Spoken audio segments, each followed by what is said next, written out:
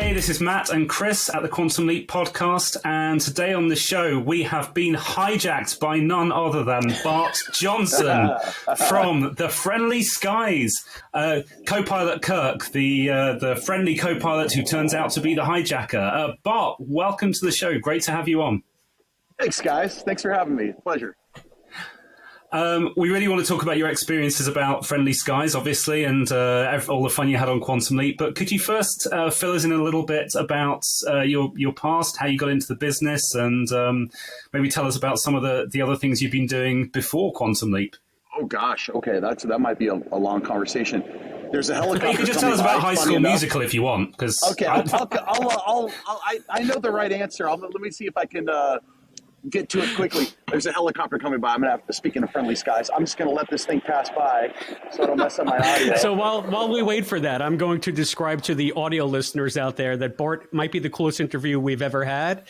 Matt and I are sat in our offices in front of our microphones. Bart is, I don't know, jogging on the beach in LA. He's got the surf crashing behind him. The wind is in his hair. I mean, it's the coolest dude I've ever interviewed. Yeah. I'm just gonna say Actually, I went surfing this morning and I was looking at my watch like, I gotta get out of the water. These guys are going to be calling me here anytime. So I was racing to the car and with my jug of water, taking the sand off me. So, but I'm glad I made it. Glad to be here, guys. The surf wasn't that great anyway. You can see it's kind of small today. So, but it's a great Chris and I regularly surf ourselves, so we know what good and bad waves are for surf. It's a great way to start the day. You know, with the water's 55, so it wakes you up and you're going. That's awesome. I heard Chris Carter when he was writing X-Files. He surfed every morning. He'd surf in the morning and cleared his head and connect with nature, and then he could write those scripts like a madman, like he does. Yeah, he knows how to trace the conspiracy. Thanks. It's a bracing morning. All of the ideas start popping in your head, I guess. Yeah, right? The mysterious Mother Nature. Let your mind go crazy.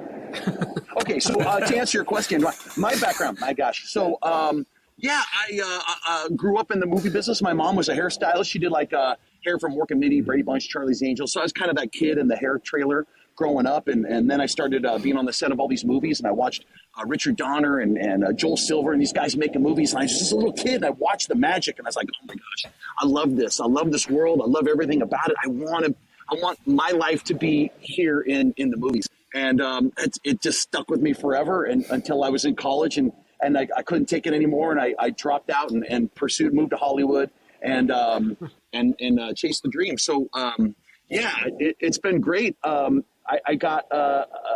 There's a few points in my career, I guess, that are kind of stand out that it's funny as actors. You every once in a while you get a really great job. You're like, finally I've got to a certain level. And then a couple years later, it feels like you're starting over. And that's kind of the life of an actor a lot. And one of those times was I got the phone call from Kenny Ortega, who I knew from Newsies way back a long time ago, the Disney musical Newsies. I knew him from then.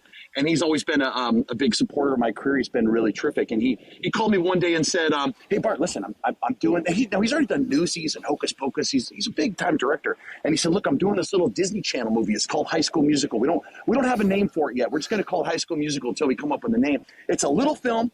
No one's going to see it, but we're going to have a lot of fun. I don't like the people they're giving me for a coach. I want you to play the coach. What do you say? And so that's how that happened. I auditioned for it, and I didn't get the part, actually, because I was too young. He's like, go put gray. I'm going to get you back in there. Go put gray in your hair and act older. And I went back in and screen tested, got the part, and who saw that coming? No one. Nobody knew that was going to turn into such a big thing. So right. Yeah, and it's been like the funnest ride ever. It's been so much fun.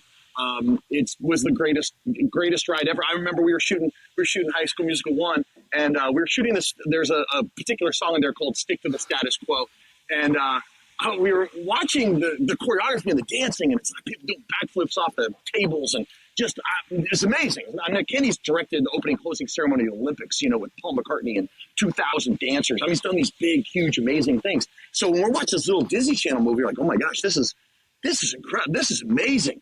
We knew there was something going on. There's something special. Still had no idea that it was going to debut to be the biggest cable movie of television history, 18 million viewers out of nowhere. No special advertising or anything, just out of nowhere. 18 million people watched it and turned into the biggest franchise in cable history. And made over $1 billion. It's crazy. It's crazy.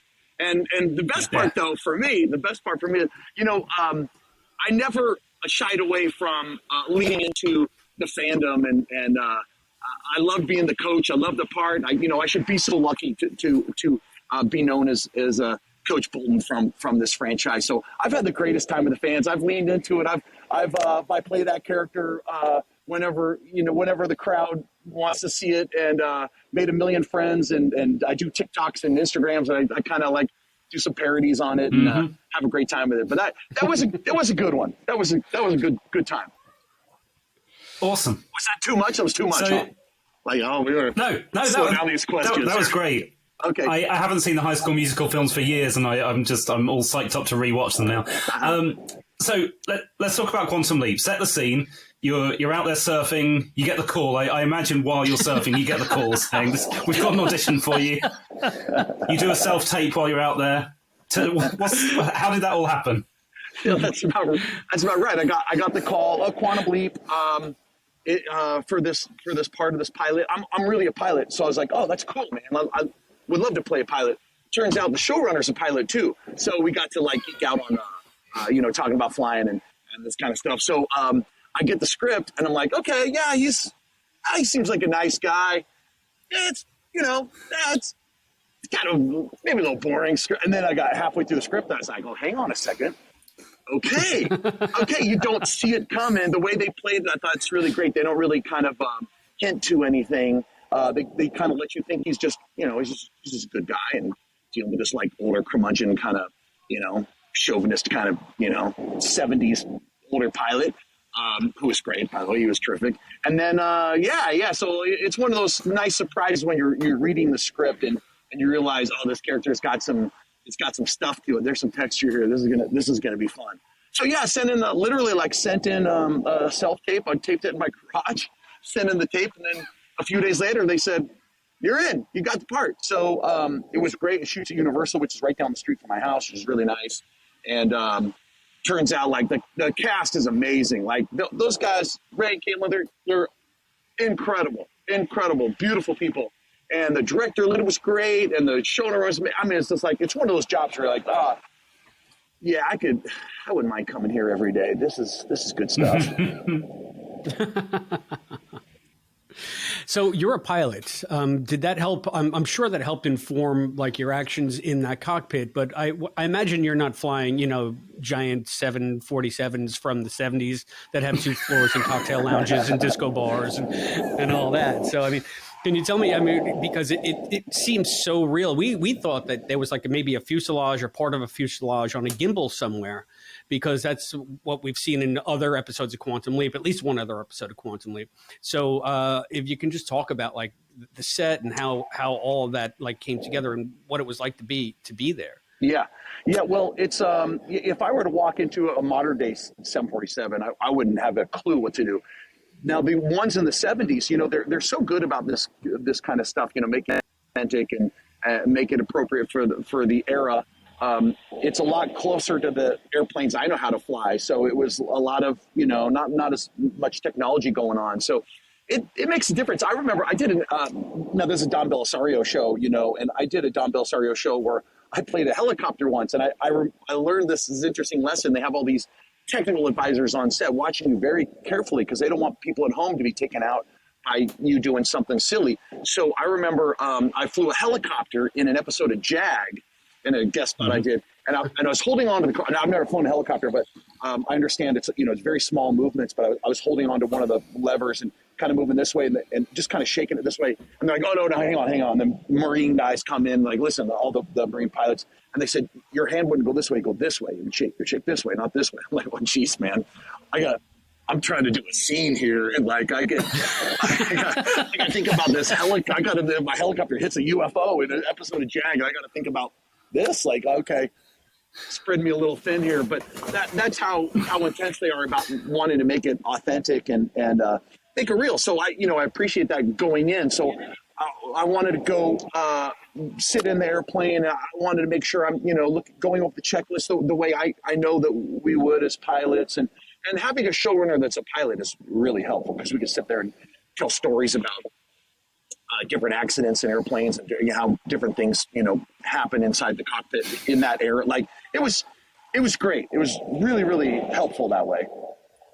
And by the way, I took a bunch of video and stuff. I'll have to share it. I wasn't supposed to share it until after the show aired, but the way they built this airplane, they bring in, this is a nice thing about a big studio show like this is they can bring in the airplane. So there was 2 sound stages. There was the cockpit area was all one piece in one sound stage, and they had it kind of like in the dark, so they could shoot around it. All these cameras outside the window. So you're imagine you're sitting in the airplane. I'm trying to cast is behind it. The action's happening, and they got the smoke machine going and everything else. But what I'm looking at is like this little tiny window and a bunch of cameras and a bunch of camera guys in the dark because you're supposed to be flying through the dark in this part of the show, and they're all staring at you through this little tiny window. So it's kind of a cool looking like little movie magic moment there. And then they had a whole nother part of the plane where things are happening in the back, where the flight attendants are going up and down the aisle and all that kind of stuff. That's a whole different soundstage. So they had a couple different sets for that. So it was pretty cool. It was really, really cool how they put that all together. I'll have to share that. I'll put that on my Instagram.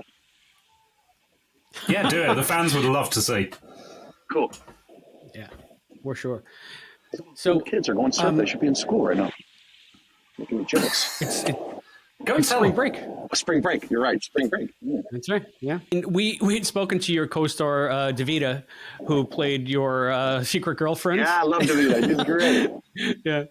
So if you want to talk a little bit about working with her, she had especially fond memories of the scene where you guys got smoked out, and we had assumed that was all done in post. But from what I understand, they really did smoke you guys out. Yeah. Which is so much better. It's so much better. I think it's so much better to have anytime there could be a choice between practical effects and special effects post. The practical effects are so much for an actor. It makes it feel real. It puts that texture in the air, and you really feel like something's going on, and it really helps. Just like when I'm slamming on the door, they gave me something to hit, which is great because I don't want to fake hit something, but they need the camera, in the doorway. And I'm like, let us out. I'm trying to get out, and they get something to smack so I can really try to, yank on something to get out. So when the smoke's coming in and we're supposed to react to that, all those little tiny little things that really sets the stage nicely for actors. So I think it was really good. It motivates. You can look at it, you can see it, you can feel it. The whole like point of acting, you're always trying to not have fake emotions, right? Like the whole goal is to really feel things, and that's like kind of the essence of what you're trying to do in that scene. I really want to be scared. I really want to be worried about it. I see the smoke, and it's like, what does that smoke mean to me? Is that going to kill me? Is that poison? Is that what's happening? I got to get out of here. Like, so it's nice to have that real smoke for like a more genuine reaction. She was great. She was awesome. I like to record these moments. Like I'm such a film geek. Like I just love it so much. Like the process, the culture of being on a set, and just all the different kind of little magical moments of how they make it look so real. And the lighting is so good, and when they're moving lights to make it look like you're traveling, and just all the little pieces fascinate me, and I love it so much. And I like to record it when it's appropriate, but like maybe sometimes when it's not appropriate. But so I always have my phone going. DeVito would always look over. He's like, "Oh, he's recording again. He's got his camera going." Yeah, I'm like, well, as long as it's not interrupting any work, like I don't want to do that. But yeah, she was great. We had a great time. I thought she was terrific. She was great. Like that was a great co-star to have to work with. She's awesome. Well, you just. Yeah, I just want to maybe follow up a little bit. I mean, you had alluded to the fact that you enjoyed working with Ray and Caitlin, and when you're talking about all the pieces of the set moving together and just the way it's kind of a well-oiled machine, can you speak a little bit about the experience of working with Raymond, about working with Caitlin, and did you get to meet anybody else in the ensemble cast? I only worked with with Caitlin and Raymond.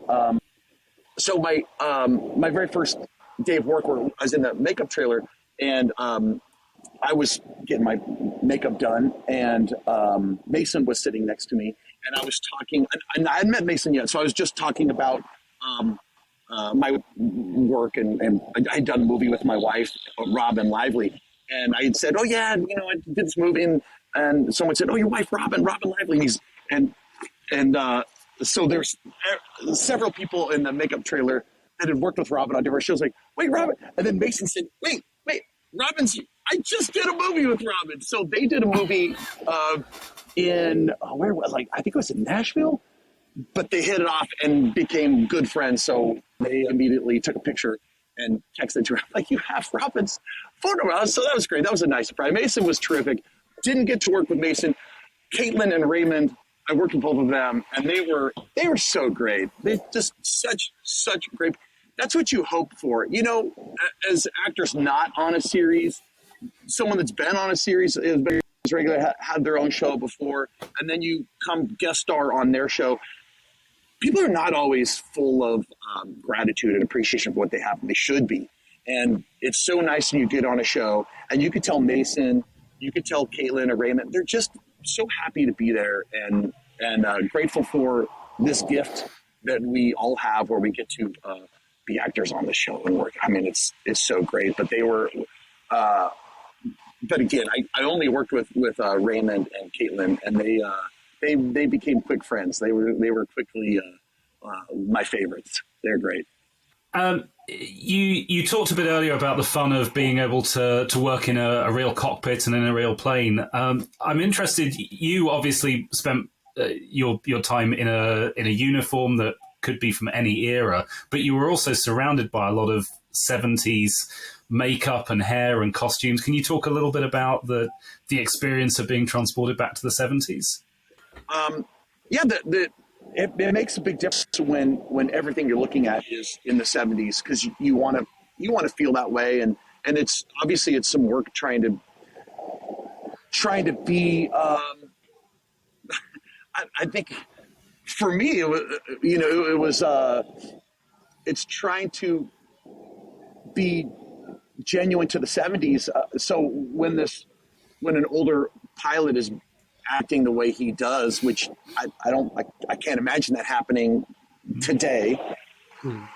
If it did, it'd be like, what's wrong with you? What are you doing? But I have to be more.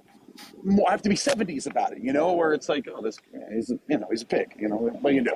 He's the boss. You can do what he wants. So I think there's like some nuance there that is important to be realistic about. But it sure is great playing in an era when everyone is participating in it with costume and wardrobe and hair and makeup and everything. So the period stuff's fun. It's really fun. Well, maybe since you're a pilot, you can settle a discussion that we had in the wake of watching the episode. I assume you saw the episode the way it ended. And of course, Ben, being Ben, brings the plane down safely, saves the day, because Ian went back and they landed with a simulation. And I was calling bullshit. As a pilot, Matt said, no, he did a simulation. He landed it safely the second time. I mean, so he sees that that's within the realm of believability. Badly. So you, as a pilot, finally we can talk to a pilot. They would have died, right? Ben couldn't have landed that plane. That's pretty tough. Now, I've never flown a big plane. I fly like 4-seater airplanes. So there's tons of runway. There's plenty of, you're really, the biggest concern is wrecking your landing gear. That's like a big concern, is like you want to, in an emergency situation, people are not necessarily worried about you living. They're worried about like, oh, let's do this in a way so you don't destroy the landing gear. So it's like, okay, well, that makes me feel a little bit better. So yeah, there is a, I sometimes wonder, would he have killed everybody? Maybe, but probably would have had a really, really hard landing. and Which wreck they that did. plane at least. Yeah.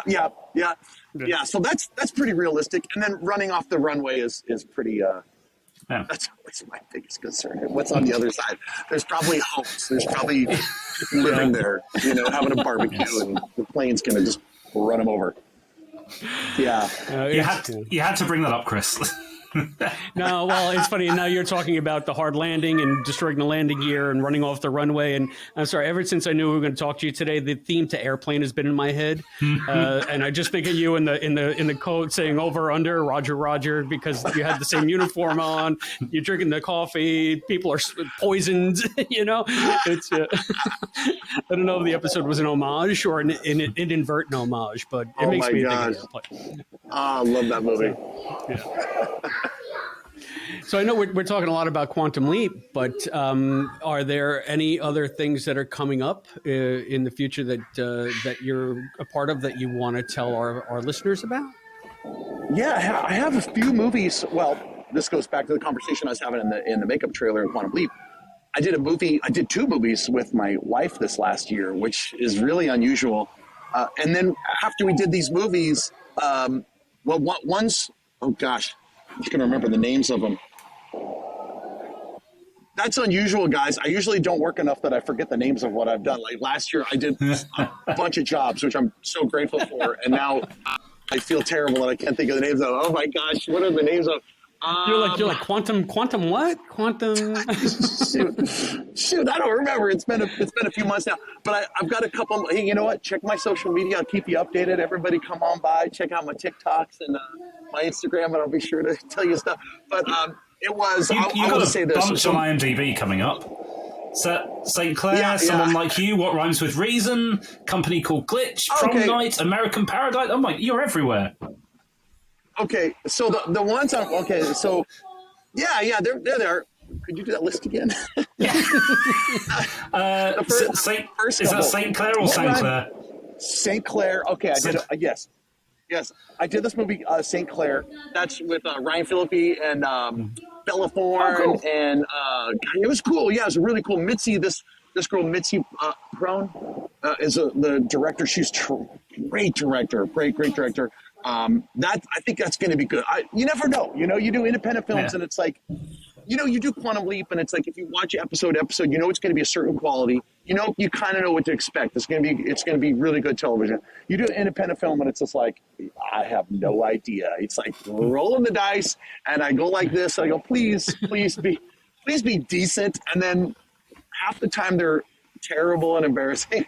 And then every once in a while, 1 or 2 or 3, you're like amazing. And this is one that could be really great. Another film I did, What Rhymes with Reason, was such a terrific experience. The director was so great, the cast was so great. And it's kind of like an 80s homage, sort of a Goonies kind of feeling adventure with some kids in their 20s, but really nice. It's just really nice, and I think it's going to be a good film. Could you tell me that? I know you got Someone Like You and Company Called Glitch. Someone Like You. Someone Like You is the film I did with my wife, and I heard it's great. I had just heard from somebody that saw the whole film in post, and they said it's a beautiful film. So that was really great. And the funny thing, I did these 2 movies with my wife. Now, we've been together for 25 years, so the fact that we've never really worked together is kind of amazing. She was on a TV series for Amazon called Gordon McGibbon's Life on Normal Street. She did 40 episodes, and I got on there. I did 7 episodes. But our characters, just because you're on the same show doesn't mean you necessarily, talk to each other. So we were on this show, and we did these 2 movies together, which was great. And then we got cast on 911 Lone Star, the Ryan Murphy show with Rob Lowe, and we play an engaged couple. They just got married, by the way. So now a married couple on Lone Star. So that's been really fun. And she is terrific to work with. I love her. She's amazing. She's super talented. She's a way better actor than I am. So it's like it's just so great to work with her. I'm excited about those ones. Good. Yeah. No. Yeah, that's awesome. I was going to ask. I mean, being in the business and having your wife in the business, it must be somewhat surreal working. But I'm surprised it took 25 years for you guys to do some projects together. And even then, yeah, I was going to say, do you prefer working with it? Now is that going to be a deal breaker? No, you got to get Robin on, otherwise you don't get me. Well, to be honest, we kind of avoided working at the same time while we raised our kids. When our kids were young, we got three, young kids, and it's really hard to work together. And we had some people that tried to get us in their movies, and they'd say, "Hey, listen, we want you to." We're like, "Oh, it's not." It's actually really hard, really, really hard to do a movie together and leave town for a month and be away from the kids. So it's this is new. This is new. Our kids are older now, so they don't really need us to drive them to school and that kind of stuff. So it's this is new territory. This feels like a chapter 2 of our careers where we can actually do this and not stress out about being gone. So yeah, definitely looking for more opportunities. Matter of fact, we're working on a couple things. We're developing a couple things series wise that we think would be really fun to do together. Cool. Yeah, so I have one last question. What groovy beach are you surfing on today? Are you in Santa Monica? Where are you This is El Puerto. This is one of my favorites. Let me give you a little tour here really quick. So this is the north end of Manhattan Beach. There's a couple different breaks here. It's not big today, but you can see over here. It's nice. It's nice. You can see some guys. Can you see some guys catching waves over here? Yep. Mm-hmm. So we come here early in the morning, and this was kind of perfect because I thought, oh man, I can finish my surf session, sit out on the rocks, and talk to my friends who are at Quantum Leap. This is the best way to start the day I could imagine. It's like I said, the coolest guy we've ever interviewed, hands down. Hey, you guys Yes. come on down. I'll take you surfing. You guys come to LA. I'll take you out.